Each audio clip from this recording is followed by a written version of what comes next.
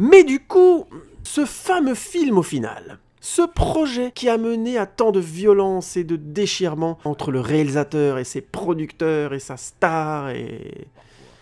Eh ben qu'est-ce qu'il vaut? Que vaut Babylon AD? La vie nous offre une seconde chance. Eh ben c'est une petite série B. C'est tout. Un film de Vin Diesel. Efficace, mais étrange. Les bonnes idées de scénario côtoient une mise en scène parfois intéressante, et venant de MK c'est pas surprenant quand même, mais empoulé par des décors souvent peu intéressants et des costumes très peu inspirés. Sans trop spoiler le film, il me semble que le travail sur Aurora, le personnage de Mélanie Thierry, est particulièrement intéressant, et elle joue très bien d'ailleurs, notamment dans la première partie du film. Mais globalement, le film enchaîne de manière trop plate, dialogue et scènes d'action de manière quasi mécanique, froide. Ce qui est forcément décevant, mais pas si surprenant que ça. Je ne trouve pas personnellement que MK soit particulièrement bon en termes de scénario dans ses autres films, exception faite de La Haine. En général, c'est sa mise en scène qui est impressionnante. Particulièrement inventive, baroque, mais maîtrisée et rythmée. Et comme on ne lui a pas laissé la mise en scène réellement en main, bah le résultat chute forcément en comparaison à ses autres films. Vous êtes que des assassins! Vous tirez, c'est facile, Nous on n'a pas d'armes, on a que des cailloux! Mais même dans La Haine, le scénario est assez what the fuck. Alerte spoiler de l'excellent film La Haine en approche, arrêtez cette vidéo et regardez tout de suite si vous ne l'avez pas vu, La Haine, ce serait grave, vous voilà prévenu. L'exemple le plus précis est ce moment où les trois amis du film s'engueulent à propos de la volonté de Vince de tuer un policier. Quand soudain... Ça fait vraiment du bien de chier un coup. Ça fait du bien de chier un bon coup. Oui, vous avez très bien entendu, c'est exactement ce qu'il a dit. Il vient de dire qu'il a fait caca et il est content. Et ensuite, il leur raconte une histoire de caca. Jusqu'au bout. En prenant son temps pour se laver les mains et tout. Et à la fin, boum. Au revoir. Au revoir.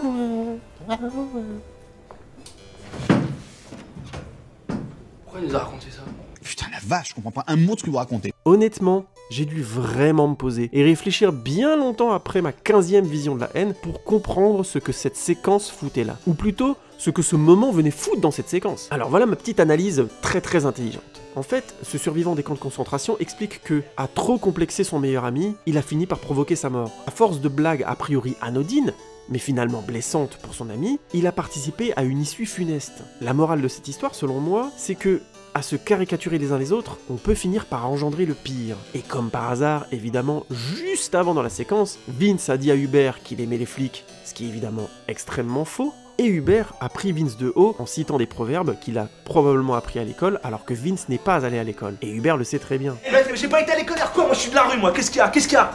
Je sais que c'est une séquence qui n'est pas très aimée sur ce film. À juste titre d'ailleurs, parce que déjà l'acteur qui joue le vieux a une élocution complexe à comprendre, et il faut ajouter à ça son texte qui est parfois un peu confus sous prétexte de faire histoire. Je soupçonne MK avec son plaisir de l'improvisation d'avoir changé pas mal de répliques et de textes à la volée, ou même d'avoir demandé à l'acteur d'improviser un peu la manière dont il raconterait l'histoire. Ça lui ressemblerait beaucoup. Je le tends la main, mais chaque fois quand il me tend les siennes, il lâche son pantalon, il tombe sur ses chevilles. Non, moi je crois qu'il faut que vous arrêtiez d'essayer de dire des trucs. Et on a reproché à cette séquence d'être hors ton du film d'ailleurs, ce qui est compréhensible, mais à mon sens complètement faux. Déjà, La Haine est construite et racontée comme une fable. Oh, c'est quand même bien fait. C'est l'histoire d'un homme qui tombe d'un immeuble de 50 étages. Le mec, au fur et à mesure de sa chute, il se répète sans cesse pour se rassurer. Jusqu'ici, tout va bien. Jusqu'ici, tout va bien. Ne t'inquiète pas, ça va bien se passer. Chut.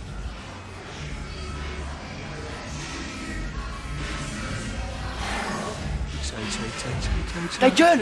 T'es mal à vache, tête de ma mère. Mais ta gueule avec ta vache, toi! Ensuite, cette scène fait fortement contraste parce qu'elle est le nœud de sens et de dramaturgie du film. Elle résout le propos du film et l'emmène vers sa conclusion. Et pour avoir ce statut, il fallait qu'elle soit improbable, à tous les niveaux, pour marquer les esprits. En termes spatio-temporels, ce moment est absurde et improbable sur un film qui prend pour contexte de suivre 3 délinquants de cité française. La Seconde Guerre mondiale et les trains de la mort s'invitent sans prévenir. Un vieux juif fait la leçon à 3 jeunes de cité en leur parlant de caca, etc., etc. Il n'avait pas fini de chier.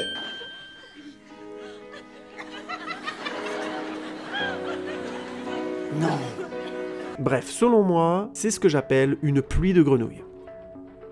Si vous ne voyez pas de quoi je parle, commencez par regarder les films de Paul Thomas Anderson.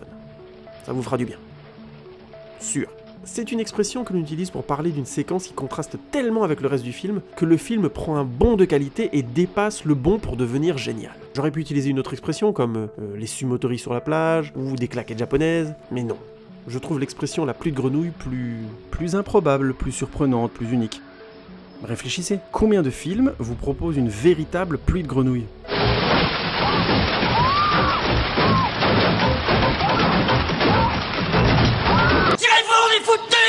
Pour revenir à Babylon AD, et pour être tout à fait honnête, je suis pas convaincu que MK aurait fait un film drastiquement meilleur s'il avait eu plus de liberté créative. Tout simplement parce que les problèmes de décor, de costumes, de voitures m'évoquent d'abord et avant tout un manque criant de moyens, bien géré par le metteur en scène, certes, mais trop limité pour un film aussi ambitieux.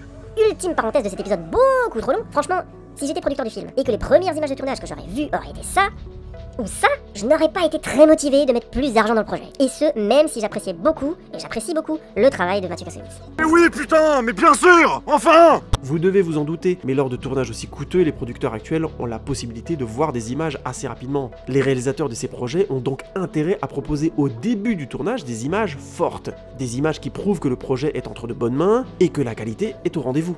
En caricaturant, il s'agit de rassurer les investisseurs pendant la création du projet. C'est un geste difficile évidemment, parce que la pression pour le réalisateur, elle est grande quoi, elle est immense. Et comme le montre très bien fucking Kassovitz, les variables à prendre en compte pour la création d'une seule belle image sont très nombreuses.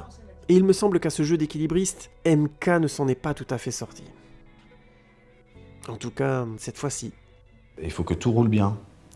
Et apparemment, pas tout a bien roulé quoi. I'm Captain Obvious. Fucking Kassovitz est un sacré documentaire. Il vulgarise avec beaucoup de finesse la complexité du geste filmique, mais avec beaucoup d'humanité aussi. J'avais envie de vous parler de fucking Kassovitz parce que, notamment, moi aussi, j'essaye de faire des films. Pour faire court, j'ai eu la chance de faire un documentaire diffusé sur une chaîne télé régionale, et depuis 5 ans, j'essaye de faire produire mon deuxième film. Autant dire que, du haut de mes 38 ans, ma carrière est loin d'être brillante. Je suis un cinéaste. On peut critiquer l'attitude de MK. Je le fais moi aussi. Et encore une fois, il a ses torts. Mais on ne peut pas ne pas saluer le geste créatif qu'il a tout de même réussi à sortir d'un aussi monstrueux bordel artistique et humain. Perso, je ne sais pas si je serais capable de faire le quart du début, du commencement de ce qu'il a fait sur ce film. Donc, je critique, mais respect à l'artiste. Qu'est-ce qui s'est passé pour que ce soit aussi peu organisé à tous les postes? Tout ce que je voudrais vraiment, qu'on arrive à faire au niveau des effets spéciaux et au niveau de l'ensemble du film, c'est qu'on le prenne autant au sérieux que quand ils ont fait Terminator, tu vois ce que je veux dire? Au final, ce qui m'intéressait, c'était de parler d'un projet auquel son créateur croyait à mort. Parce que tous les projets qui tiennent à cœur à quelqu'un méritent d'être racontés. Et ce, même si à la fin, ce sont des échecs. En tout cas, j'espère qu'à vous aussi, ce combat constamment renouvelé de cette personne qui veut simplement transmettre ce qu'il a touché, un peu de lui-même, ça vous parle, et j'ai simplement essayé de décrypter un peu ça.